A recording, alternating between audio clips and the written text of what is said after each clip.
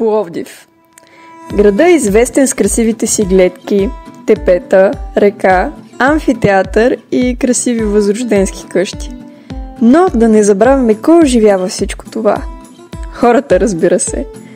Но ако се вгледаме по-внимателно, ще видим почти на всеки ъгъл да притичва котка. Има ги всякакви. Бели, черни, шарени, породисти и улични. От кога има котки в Пловдив? Може би от преди хората.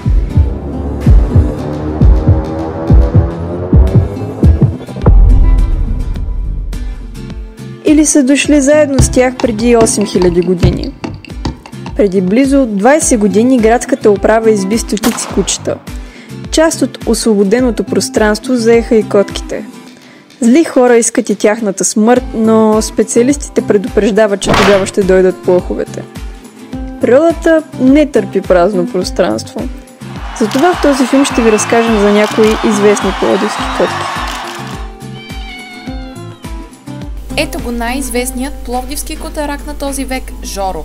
От много време той живее в Народна библиотека Иван Вазов. Станал е неизменна част от книгите и каталозите.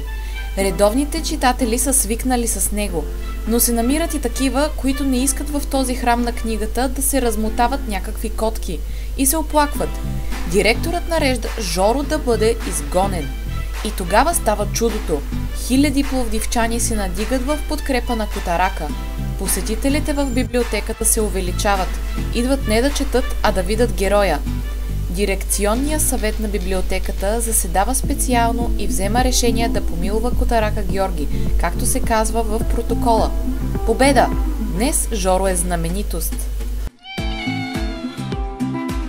Много улични котки си намират собственици, които да наричат свой, но ние наричаме Гюнтер наш. Гюнтер е уличен котарак, роден в нашия квартал. Той се въртеше около блока ни, докато един ден не изчезна. Мина доста време, но той се върна пораснал.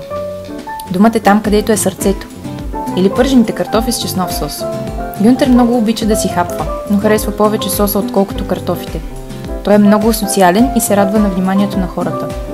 Лакомият котарак стои на пейката всяка сутрин и поздравява съседите си, сред които е доста популярен. Макар и да е мълчалив, обича да играе. И присъствието му носи уют.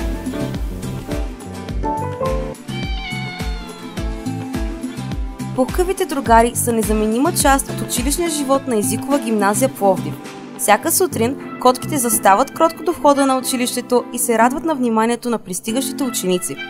По време на часовете те подрямват под стълбите, а през междучасията са емоционален отдушник на изпитаните ученици. През 2018 година директорът на езикова гимназия Пловдив Николай Радев обяви в интернет, че гимназията подарява котенца.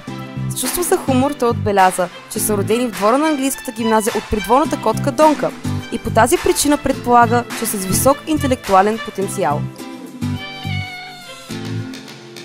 Тази котка познава стотици пловдивчани, но едва ли някой знае името. От години тя живее в тази картонена къщичка до спирката пред военна болница.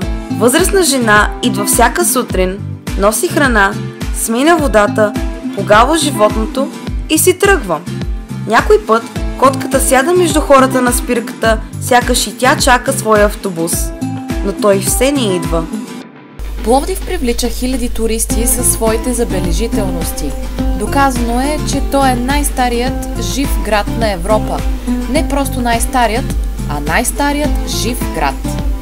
А за да е жив и днес, не са ли котките част от неговия живот? Ако идвате в Пловдив, обърнете им внимание. Те ще се зарадват.